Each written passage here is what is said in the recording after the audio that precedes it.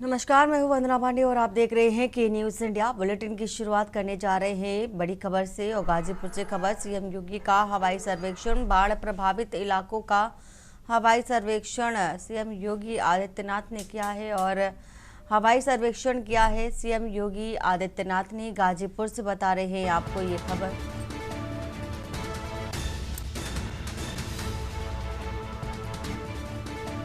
तो बाढ़ प्रभावित इलाकों का हवाई सर्वेक्षण किया गया है।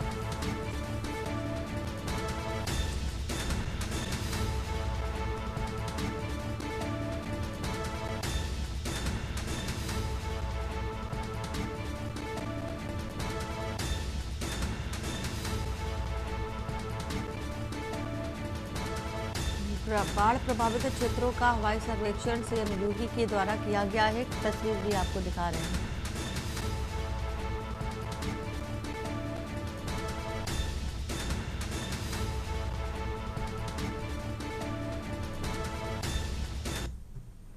लखनऊ से खबर। यूपी में फिर तबादला एक्सप्रेस चली है। बड़ी संख्या में आईपीएस अधिकारियों के तबादले हुए हैं। शामली, कानपुर देहात और श्रावस्ती के एसपी बदले गए और आरएस गौतम को एसपी पीटीएस मुरादाबाद बनाया गया। अरविंद मिश्रा एसपी ईओडब्ल्यू लखनऊ बनाए गए और श्रावस्ती की अगर बात करें तो एसपी रहे घनश्याम एसपी विजिलेंस बनाए गए हैं। राहुल भाटी एसपी श्रावस्ती बनाए गए। नरेंद्र प्रताप सिंह एसपी शामली बने हैं और श्रद्धा नरेंद्र पांडे एसपी कानपुर देहात बनाई गई हैं। लाखन सिंह बने हैं सेना नायक 38वीं वाहिनी पीएसी अलीगढ़ से।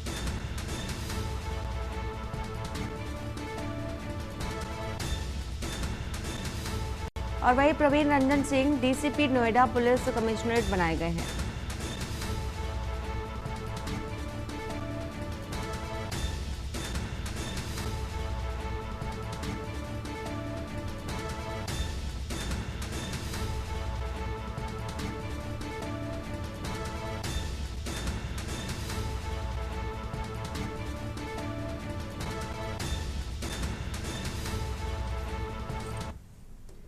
चंडीगढ़ से खबर। सीएम सैनी ने स्वच्छ कुरुक्षेत्र अभियान के अंतर्गत श्रमदान किया है। अपने अपने इलाके में रखे साफ सफाई सीएम सैनी ने कहा और मिशन के सपनों का साकार करने के लिए आगे युवा आए।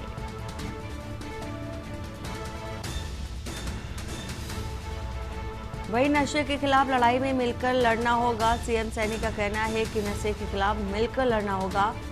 युवा मिलकर इस बुराई को खत्म करने के लिए साथ देना होगा और संगठित होना होगा। साइक्लोथॉन में भी सीएम सैनी ने हिस्सा लिया है।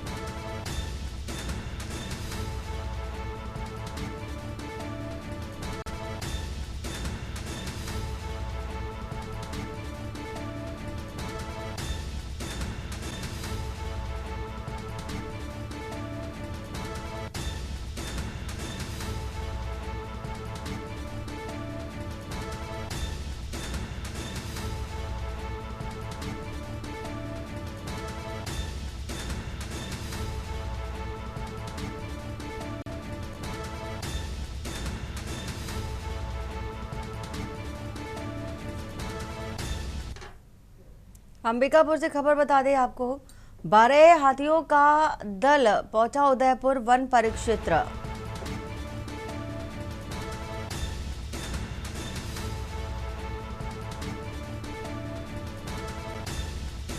बर्रा फतेहपुर में हाथियों ने लोगों के घर तोड़े। हाथियों ने फसलों को भी नुकसान पहुंचाया। ग्रामीणों में दहशत का माहौल। सूरजपुर प्रेमनगर की ओर से लौट रहे हाथी। वन विभाग हाथियों पर नजर बनाए हुए है।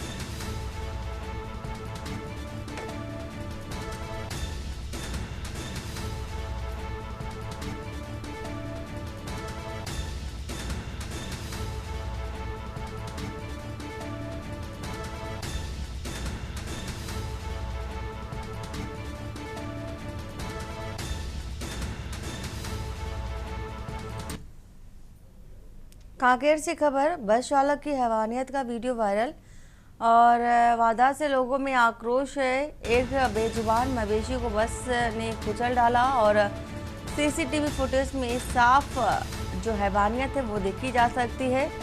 अब तक कोई गिरफ्तारी नहीं की गई है।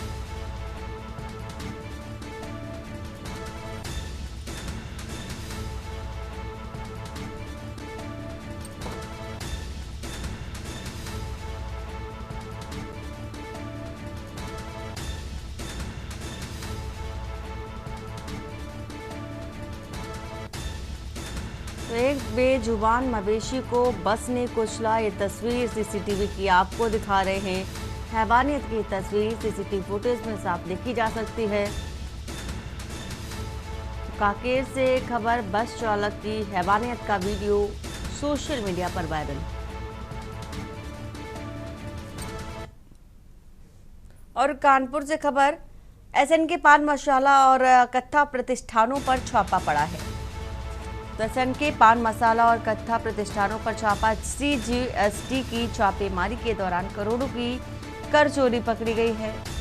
50 से ज्यादा है अफसरों की 2 अलग अलग टीमों ने कार्रवाई की, अलग अलग जगहों पर छापेमारी की है। बनके स्थित पान मसाला और तंबाकू फैक्ट्री में छापेमारी की गई। 2 कत्था कारोबारियों के मंधना स्थित फैक्ट्री में छापेमारी की गई। वहीं नयागंज स्थित गोदाम और कार्यालय में भी छापेमारी की गई है।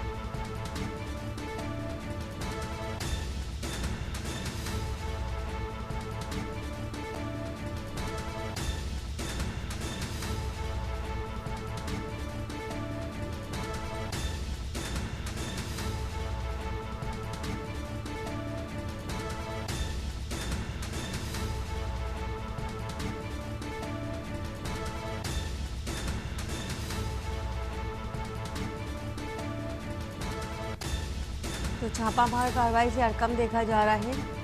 एसएनके पान मसाला और कत्था प्रतिष्ठानों पर छापेमारी, कानपुर से आपको बता रहे हैं खबर।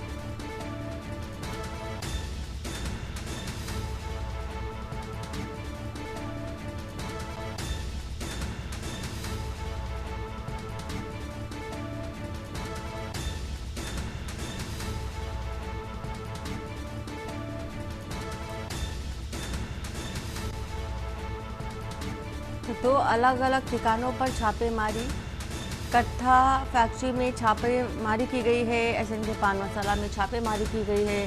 सीजीएसटी की ये कार्रवाई, रेड डाली गई है अलग अलग जगहों पर।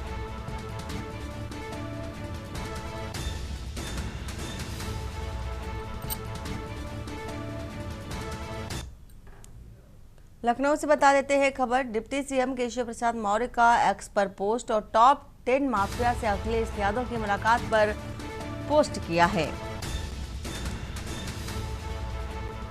रिजवान जोहर के दामाद रमीज नेमत के साथ अखिलेश की पोस्ट, अखिलेश की फोटो को देख करके पोस्ट किया डिप्टी सीएम ने। और अखिलेश यादव, राहुल गांधी, तेजस्वी यादव पर निशाना साधा।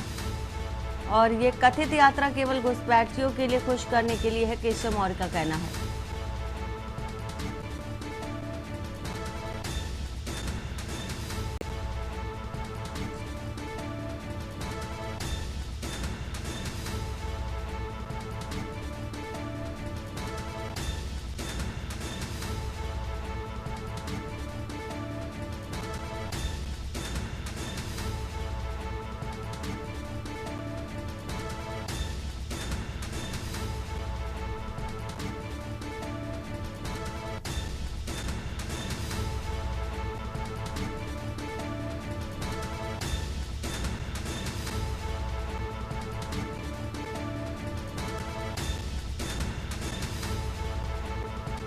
और शिवा शर्मा हमारे साथ इसी खबर पर है। शिवा, टॉप 10 माफिया से अखिलेश यादव की मुलाकात को लेकर के डिप्टी सीएम केशव प्रसाद मौर्य ने ये ट्वीट किया है और हमलावर भी हुए हैं।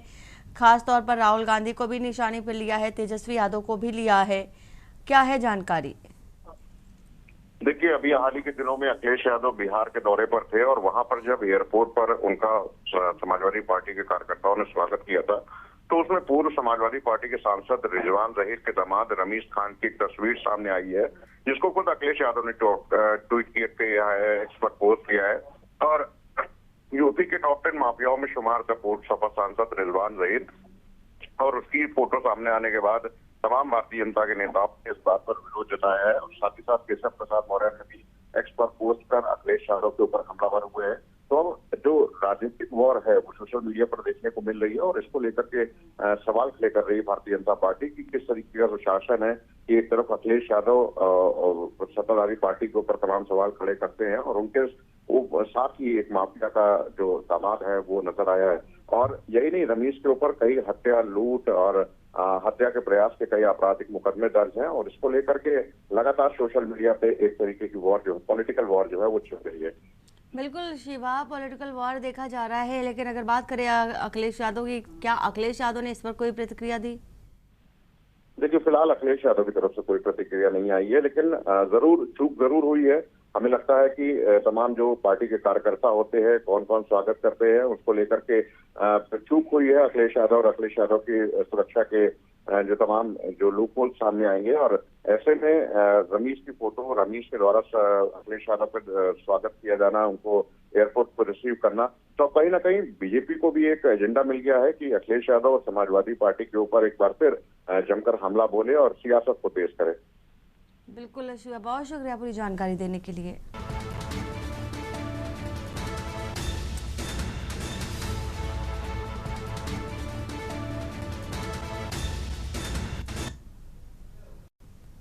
जौनपुर के कोतवाली थाना क्षेत्र के हनुमान घाट पर सेल्फी लेने के दौरान बड़ा हादसा हो गया। युवक का पैर फिसलने से वह गोमती नदी में जा गिरा, जहां तेज धारा में डूबने से उसकी मौत हो गई। वहीं गोताखोरों की मदद से करीब 3 घंटे की मशक्कत के बाद युवक का शव बरामद हुआ। पुलिस ने शव को कब्जे में लेकर पोस्टमार्टम के लिए भेज दिया है। मृतक की पहचान सुरेश गौतम उर्फ गुल्लू निवासी हुसैनाबाद थाना लाइन बाजार के रूप में हुई है। स्थानीय लोगों का कहना है कि इन दिनों गोमती नदी का जलस्तर बढ़ा है और बावजूद इसके लोग जान जोखिम में डाल करके सेल्फी लेने से बाज नहीं आ रहे हैं।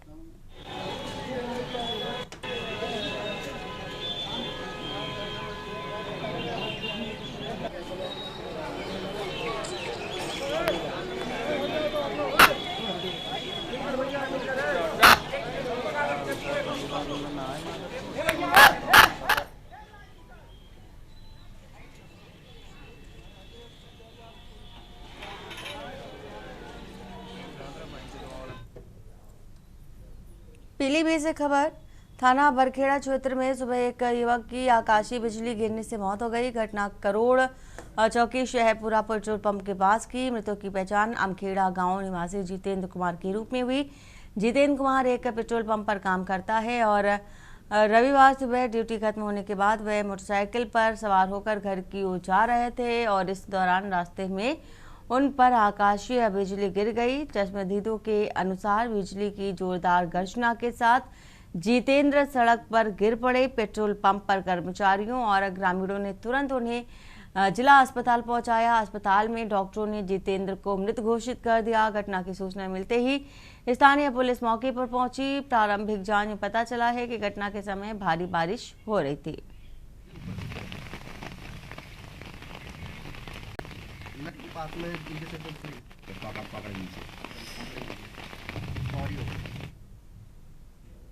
और लखनऊ में 4 युवकों ने दलित किशोरी को अगवा कर उसके साथ गैंगरेप किया। पहले 2 युवकों ने बाइक से 16 साल की किशोरी को जंगल ले गए। वहां 2 अन्य युवकों को वही बुलाया और उसके बाद एक एक करके चारों ने किशोरी के साथ दरिंदगी की। इसके बाद बाइक पर बिठाकर उसे दूसरी जगह ले जाने लगे। तभी रास्ते में किशोरी ने हिम्मत दिखाते हुए बाइक की हैंडल पकड़कर खींच ली और इससे बाइक गिर पड़ी। वहां मौजूद ग्रामीणों ने एक आरोपी को पकड़ लिया, उसे पुलिस के हवाले कर दिया। पुलिस ने पूछताछ में एक अन्य आरोपी को भी पकड़ लिया है। बाकी 2 आरोपियों की तलाश चल रही है। घटना गुरुवार रात बख्शी का तालाब थाना क्षेत्र के पास की है। घर जाते समय दलित किशोरी के साथ ये घटना घटी है।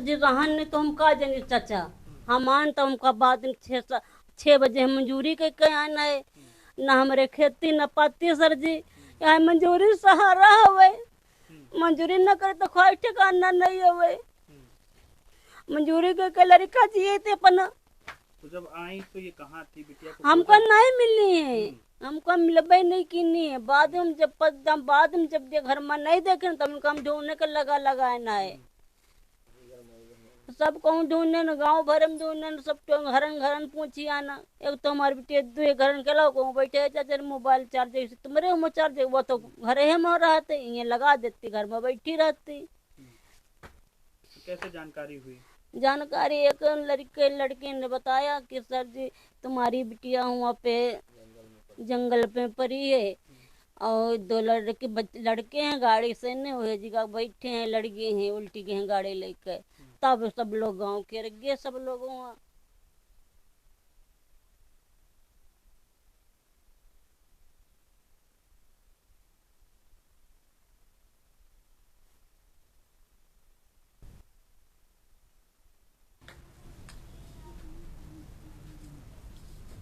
आ जाती थी घटना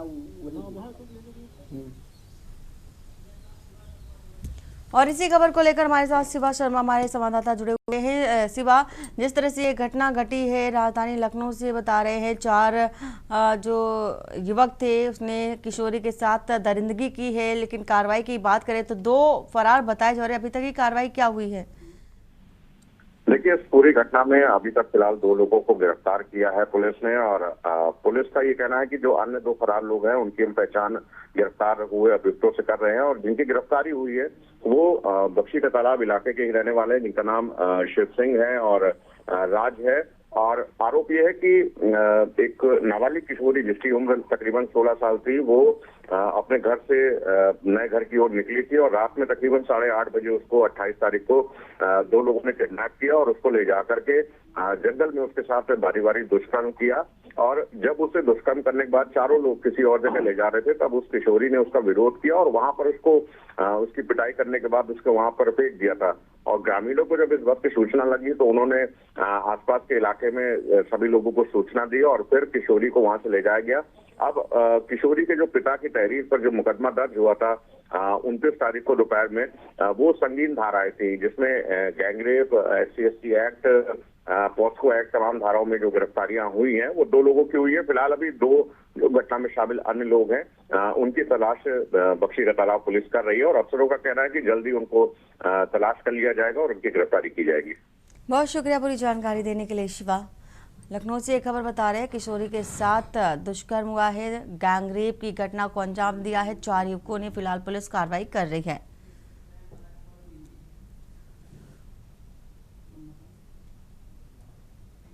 उत्तराखंड के मुख्यमंत्री पुष्कर सिंह धामी के मंत्रिमंडल में जल्दी विस्तार की संभावना है, जिसमें से कुछ नए विधायकों को शामिल किया जा सकता है और 2 मंत्रियों को संगठन में जिम्मेदारी देने के लिए कैबिनेट से हटाया जा सकता है, ताकि लोकसभा क्षेत्र के आधार पर संतुलित प्रतिनिधित्व किया जा सके। मुख्यमंत्री पुष्कर सिंह धामी के मंत्रिमंडल में जो प्रस्तावित विस्तार है उसमें जहां नए विधायकों को मौका मिलेगा, वहीं कुछ मंत्रियों को मंत्रिमंडल से हटाया भी जा सकता है। सूत्रों के मुताबिक बीजेपी हाईकमान मंत्रिमंडल में फेरबदल से पहले वर्तमान मंत्रियों के कामकाज की समीक्षा भी कर रहा है और यदि अंतिम क्षणों तक कोई बड़ा बदलाव न हुआ तो 2 मंत्रियों को सरकार से हटाकर संगठन में काम करने की अहम जिम्मेदारी दी जा सकती है। उत्तराखंड में कैबिनेट विस्तार को लेकर पार्टी सूत्रों के अनुसार गढ़वाल कुमायूं के क्षेत्रीय संतुलन की बजाय इस बार बीजेपी लोकसभा क्षेत्र बार प्रतिनिधित्व देने के पक्ष में है। सूत्रों के अनुसार फौरी तौर पर जो बात आई है उसके तहत हर लोकसभा क्षेत्र में 2-2 लोगों को प्रतिनिधित्व देने पर सहमति बनी है। इनमें अभी बड़े जिलों को ज्यादा स्पेस मिल सकता है। बता दें कि राज्य के विधानसभा क्षेत्रों की संख्या के आधार पर मंत्रिमंडल का आकार मुख्यमंत्री समेत 12 सदस्यों का हो सकता है। लोकसभा क्षेत्र वाले फॉर्मूले के अनुसार वर्तमान में धामी कैबिनेट संतुलित नहीं है। वर्तमान में पौड़ी लोकसभा क्षेत्र का पलड़ा कुछ ज्यादा भारी है।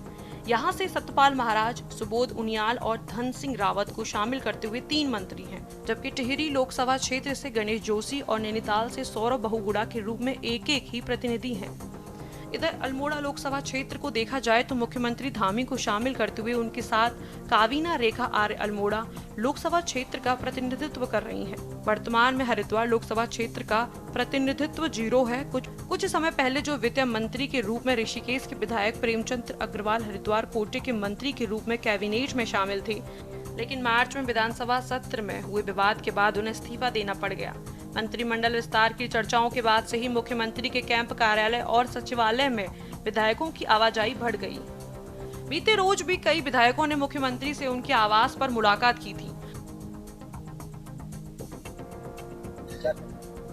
देखिए, आप लोगों का हमेशा एक प्रश्न होता है, लेकिन इस पर चर्चा चल रही है और क्योंकि हमारी पार्टी सब मिलजुल कर लोकतांत्रिक तरीके से चलने वाली पार्टी है और हाईकमान का भी इस पर चूँकि उनके भी निर्देश होते हैं, तो सब मिलकर जैसा निर्देश करें हम लोग इस पर काम करेंगे। मंत्रिमंडल विस्तार वगैरह सब इनके भूते के बस की बाहर की बात है, इसलिए क्योंकि धामी जी एक मजबूर लाचार मुख्यमंत्री हैं, एक रबड़ स्टैंप है दिल्ली दरबार के।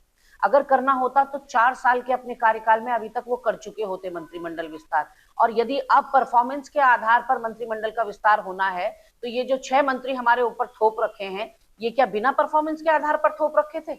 इनके विभागों में देखा आपने किस तरह का सत्ता का नंगा नाच चल रहा है? किस तरह से हर विभाग जो आपने इन मंत्रियों को सौंप रखे हैं वो आकंठ भ्रष्टाचार में डूबे हुए हैं। अगर मैं गणेश जोशी की बात करूं तो गणेश जोशी स्वयं आय से अधिक संपत्ति मामले में, उद्यान घोटाले में और सैन्य धाम घोटाले में आरोपित हैं। और वहीं अब प्रधानमंत्री कृषि सिंचाई योजना में बहुत बड़ा बंदरबाट हो रखी है। उस अधिकारी जिसने ये किया उसको क्लीन चिट दे दी गई है। और अगर हम आगे चलकर बात करें वन विभाग में तो 7,000 ऐसे खंभे दिखाए जा रहे हैं जो एग्जिस्ट ही नहीं करते। वहीं उत्तराखंड गठन की रजत जयंती पर नवंबर में विधानसभा का विशेष सत्र आयोजित किया जा रहा है।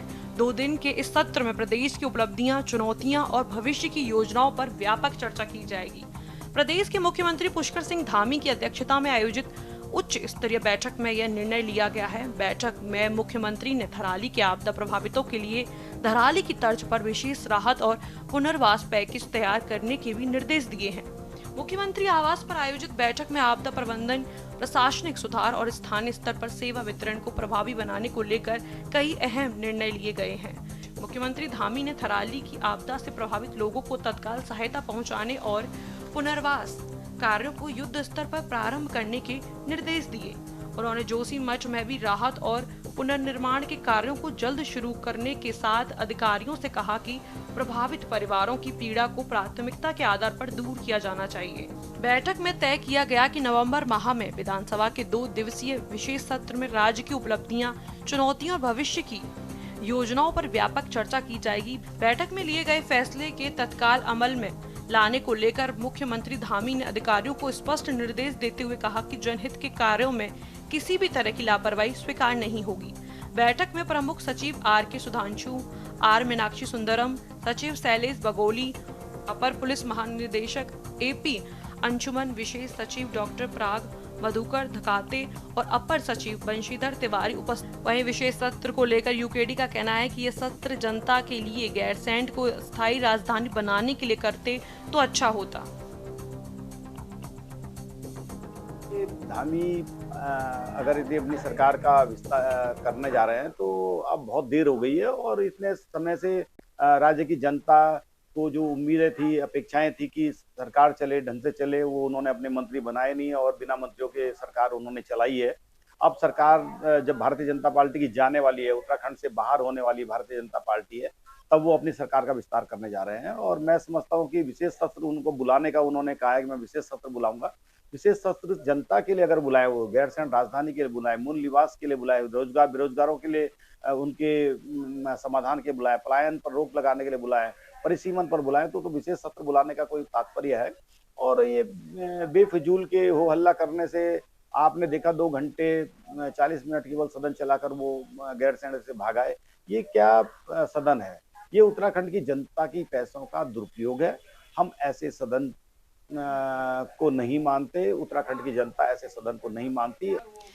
देखिए, बहुत जल्दी आप लोगों का जो इंतजार है कैबिनेट का विस्तार होने का, वो बहुत जल्दी हो जाएगा। शुभ संकेत माननीय मुख्यमंत्री जी ने दे दिए हैं और एक ऐतिहासिक निर्णय भी माननीय मुख्यमंत्री जी ने लिया है नवंबर में विशेष सत्र बुलाने का, क्योंकि जिस तरीके से आपने देखा कि गैरसैंण के अंदर कांग्रेस ने तांडव मचाया और विधानसभा के प्रांगण को शयन कक्ष बनाने का काम किया और वहां पर हंगामा किया। पूरे सत्र में उन्होंने कोई चर्चा नहीं करी, लेकिन माननीय मुख्यमंत्री जी की चिंता है कि विकास कार्यों पर चर्चा होनी चाहिए। हमारे आपदा जहां पर आई है, हमारा क्षेत्र में जहां जहां आपदा आई है, उन पर चर्चा होनी चाहिए। हमारा क्या बजट होगा उन लोगों के लिए, हम क्या मदद कर सकते हैं, इन सारी चीजों पे चर्चा होनी चाहिए, विकास कार्यों पे चर्चा होनी चाहिए। इसी को लेकर के माननीय मुख्यमंत्री जी ने नवंबर में एक विशेष सत्र बुलाया है और विपक्ष से ये उम्मीद की है कि बिल्कुल सकारात्मकता के साथ में इस सत्र को चलने दे और सारी चीजों के ऊपर विचार किया जाए, चर्चा की जाए, तभी इस प्रदेश का भला होगा।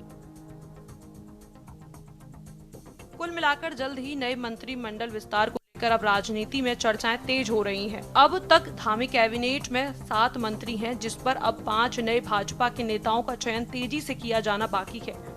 संभवतः ये जानकारी है कि पूरा धामी मंत्रिमंडल नवरात्रि तक पूरा हो जाएगा, तभी नए चेहरों को लेकर तस्वीर साफ हो पाएगी। लेकिन कई विधायक अभी से अपनी गुणा भाग की राजनीति में सक्रिय हो गए हैं। वहीं एक और 9 नवंबर से पहले होगा उत्तराखंड विधानसभा का विशेष सत्र। 2 दिवसीय सत्र में राज्य के विकास और रोड मैप पर भी चर्चाएं की जाएंगी। पक्ष और विपक्ष को एकजुट करने की तैयारियों में सरकार ने काम शुरू कर दिया है। मुख्यमंत्री का एकाएक विधानसभा का निरीक्षण करना भी हाल ही में विधानसभा पहुंचे थे। साथ ही अब ये भी देखना उचित होगा कि बीते भाजपा शासन में अब तक किन विधायकों का परफॉर्मेंस बेहतर रहा। पार्टी उस स्तर पर ही उन्हें 5 चेहरों का चयन करेगी, लेकिन हर कोई अपने मंत्री बनाने को लेकर देहरादून से लेकर दिल्ली तक अपनी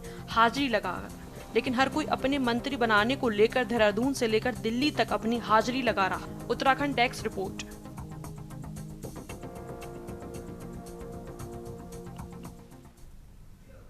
और बुलेटिन फिलहाल इतना ही। बाकी की खबरों के लिए बने रहिए आप के न्यूज इंडिया के साथ। नमस्कार। आप देख रहे हैं